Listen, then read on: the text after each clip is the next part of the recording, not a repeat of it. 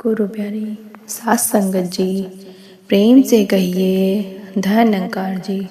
आशा करती हूँ आप सभी सद्गुरु माता जी के आशीर्वाद से बहुत खुश होंगे। संतों जी, मैं आपके लिए आज एक और नई साखी लेके आई हूँ। आज की साखी का विषय है मन के विकार। तो चलिए संतों जी, आज की साखी का आनंद लेते हैं। एक राजा हाथी पर बैठकर अपने राज्य का भ्रमण कर रहा था। अचानक वह एक दुकान के सामने रुका और अपने मंत्री से कहा, मंत्री, मुझे नहीं पता क्यों, पर मैं इस दुकान के स्वामी को फांसी देना चाहता हूँ। राजा की ऐसी बात सुनकर मंत्री चौंक गया और मंत्री को बहुत दुख हुआ। लेकिन जब तक वह राजा से कोई कारण पूछता, तब तक राजा आगे बढ़ गया। अगले दिन मंत्री उस दुकानदार से मिलने के लिए एक साधारण नागरिक के वेश में उसकी दुकान पर पहुंचा। उसने दुकानदार से ऐसे ही पूछ लिया कि उसका व्यापार कैसा चल रहा है। तो संतों जी, दुकानदार चंदन की लकड़ी बेचता था। उसने बहुत ही दुखी होकर बताया, क्या बताएं, बड़ी ही मुश्किल से कोई ग्राहक मिलता है। लोग उसकी दुकान पर आते हैं, चंदन को सूंघते हैं और चले जाते हैं। वे चंदन की गुणवत्ता की प्रशंसा भी करते हैं, पर खरीदते कुछ नहीं है। अब उसकी आशा केवल इस बात पर टिकी है कि राजा जल्दी ही मर जाए। उनके मरने के लिए ही बड़ी मात्रा में चंदन की लकड़ी खरीदी जाएंगी। वह आसपास अकेला चंदन की लकड़ी का दुकानदार था। उसकी बातों से ये सब कुछ सुनकर मंत्री भी चौंक रहा है कि ये आदमी तो राजा के मरने की ख्वाहिश ले रहा है। इसलिए उसे पक्का विश्वास था कि राजा के मरने पर उसके दिन बदल जाएंगे। तो संतों जी, अब मंत्री की समझ में आ गया कि राजा उसकी दुकान के सामने क्यों रुका था और क्यों दुकानदार को मार डालने की इच्छा व्यक्त की थी राजा ने। शायद दुकानदार के नकारात्मक विचारों की तरंगे राजा ने पहचान ली हो।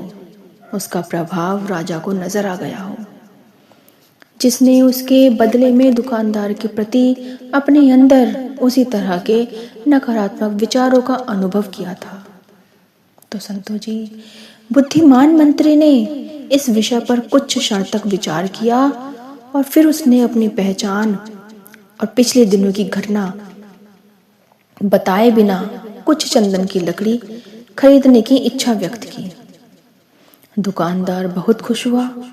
उसने चंदन को अच्छी तरह कागज में लपेटकर मंत्री को दे दिया। जब मंत्री महल में लौटा तो वह सीधा दरबार में गया, जहां राजा बैठा हुआ था, और सूचना दी कि चंदन की लकड़ी के दुकानदार ने उसे एक भेंट भेजी है। राजा को आश्चर्य हुआ। जब उसने बंडल को खोला तो उसमें से सुनहरे रंग के श्रेष्ठ चंदन की लकड़ी और उसकी सुगंध को देखकर बहुत प्रसन्न हुए राजा। प्रसन्न होकर उसने चंदन के व्यापारी के लिए कुछ सोने के सिक्के भिजवा दिए।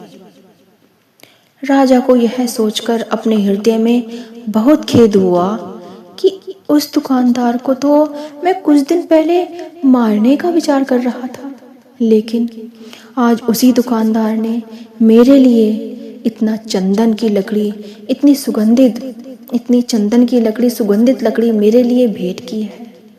कितना अच्छा दुकानदार है। राजा ने यह सब अपने मन में सोचा। तो संतों जी, चलिए सुनिए आगे क्या होता है। जब दुकानदार को राजा के सोने के सिक्के प्राप्त हुए तो वह भी आश्चर्यचकित हो गया कि जिस राजा को मैं मारना चाह रहा था कि वो मरने के बाद मेरी चंदन बिकेगी और मुझे तब सोना पैसा मिलेगा, लेकिन ये तो मरने से पहले ही मेरे कल कुछ चंदन की लकड़ियां बेची और आज मुझे राजा ने सोने के सिक्के भिजवा दिए। वह राजा के गुण गाने लगा, जिससे सोने के सिक्के भेजकर उसे गरीबी के अभिशाप से निकाल लिया था। तो संतो जी कुछ समय बाद उसे अपने उन कलुषित विचारों की याद आई जो वह राजा के प्रति सोचा करता था। तो उसे भी अपने व्यक्तिगत स्वार्थ के लिए ऐसे नकारात्मक विचार करने पर बहुत पश्चाताप हुआ। संतो महापुरुषों जी, यदि हम किसी दूसरे व्यक्तियों के प्रति अच्छे और दयालु विचार रखेंगे तो वे सकारात्मक विचार हमारे आसपास अनुकूल रूप में ही लौटते हैं। लेकिन यदि हम बुरे विचारों को पालेंगे तो वे जल्दी ही वो विचार हमारे पास उसी रूप में लौटते हैं। संतो जी, हमें इस साखी से क्या सीख मिलती है कि हमारा कर्म क्या है? दूसरों की अच्छाई को समझना, दूसरों के लिए हमेशा अच्छा ही सोचना, किसी को ना ही बुरा बोलना है और ना ही किसी के लिए बुरा सोचना है। हमारे शब्द, हमारे कार्य, हमारी भावनाएं, हमारी गतिविधियां और हमारे सोच, हमारे विचार ही हमारे कर्म बनते हैं, जो कि मरने के बाद हमारे साथ जाते हैं। बाकी कुछ हमारे साथ नहीं जाने वाला संतो जी, नहीं जाने वाला। तो संतो महापुरुषों जी, ये साखियाँ आपको कैसी लगी कमेंट में ज़रूर बताएं और दासी के चैनल को लाइक, शेयर, सब्सक्राइब कीजिए। आगे हम आपके लिए फिर नई साखी लेके आएंगे। प्रेम से कहिए संतो जी, धन्यकार जी।